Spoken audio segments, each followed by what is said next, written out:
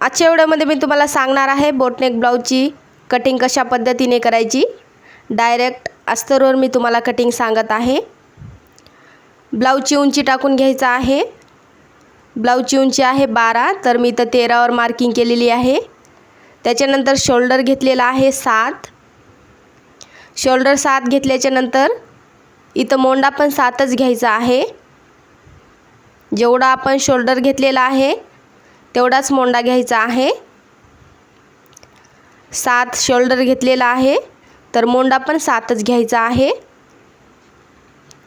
खूप सरळ आणि खूप सोप्या पद्धतीने मी तुम्हाला सांगत आहे। त्याच्यानंतर लांबी म्हणजेच फिटिंगचा माप टाकून घ्यायचा आहे 8.5। शिलाई मार्जिनसाठी घ्यायचा आहे एक्स्ट्राचे 2 इंच। अशा पद्धतीने व्यवस्थितपणे मार्किंग केलेले पट्टीने रेष ओढून घ्यायचा आहे जशास तसं। बोटनेक ब्लाऊजची बॅक साईडची मी तुम्हाला कटिंग सांगत आहे डायरेक्ट अस्तरवर। इंची टेपने सरळ इंची टेप ठेवायचा आहे आणि मोंड्याला आकार देऊन घ्यायचा आहे जसं की तुम्ही व्हिडिओमध्ये बघू शकता। एकदा तुम्ही बघाल तर तुमच्या लक्षात नक्की बसेल मैत्रिणींनो। 1-2 वेळेस तुम्ही पाहिला तर तुमच्या लक्षात नक्की बसेल। मोंड्याला आकार देऊन घ्यायचा आहे हलक्या हाताने अशा पद्धतीने तुम्ही इथं बघू शकता।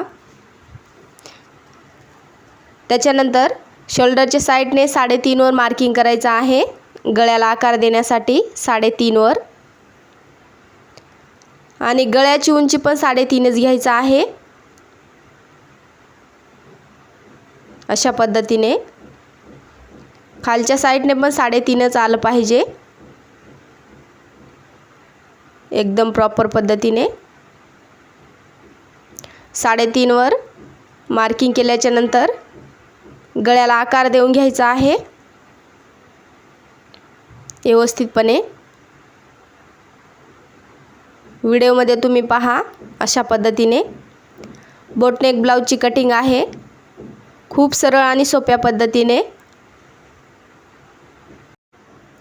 ज्यावेळेस आपण कटिंग करतो त्यावेळेस परफेक्ट माप टाकलं की कटिंग एकदम व्यवस्थितपणे येते परफेक्ट। अशा पद्धतीने तुम्ही कटिंग करायचं आहे, माप टाकायचे आहेत। त्याच्यानंतर व्यवस्थितपणे मी तुम्हाला कटिंग करून दाखवते।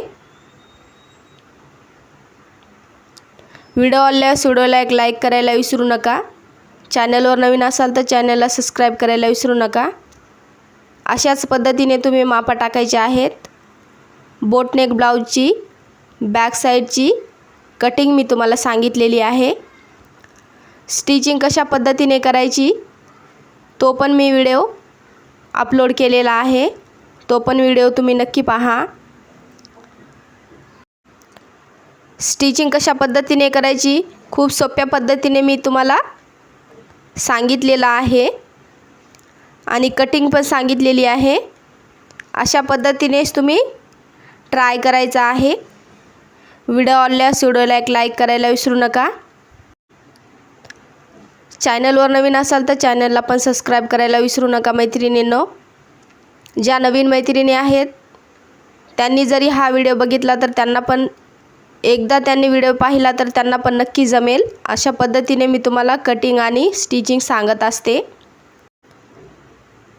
खूप सोप्या पद्धतीने कटिंग आणि स्टिचिंग मी सांगायचा प्रयत्न करते, कारण ज्या नवीन मैत्रिणी आहेत त्यांनी जर एकदा पाहिलं तर त्यांच्या नक्की लक्षात बसेल। अशा पद्धतीने मी त्यांना सांगायचा प्रयत्न करते। ज्या नवीन मैत्रिणी आहेत त्यांच्यासाठी सांगत आहे मी। व्हिडिओ आवडल्यास व्हिडिओला एक लाईक करायला विसरू नका। चॅनलवर नवीन असाल तर चॅनलला पण सबस्क्राईब करायला विसरू नका। अशाच पद्धतीने तुम्ही ट्राय करायचं आहे।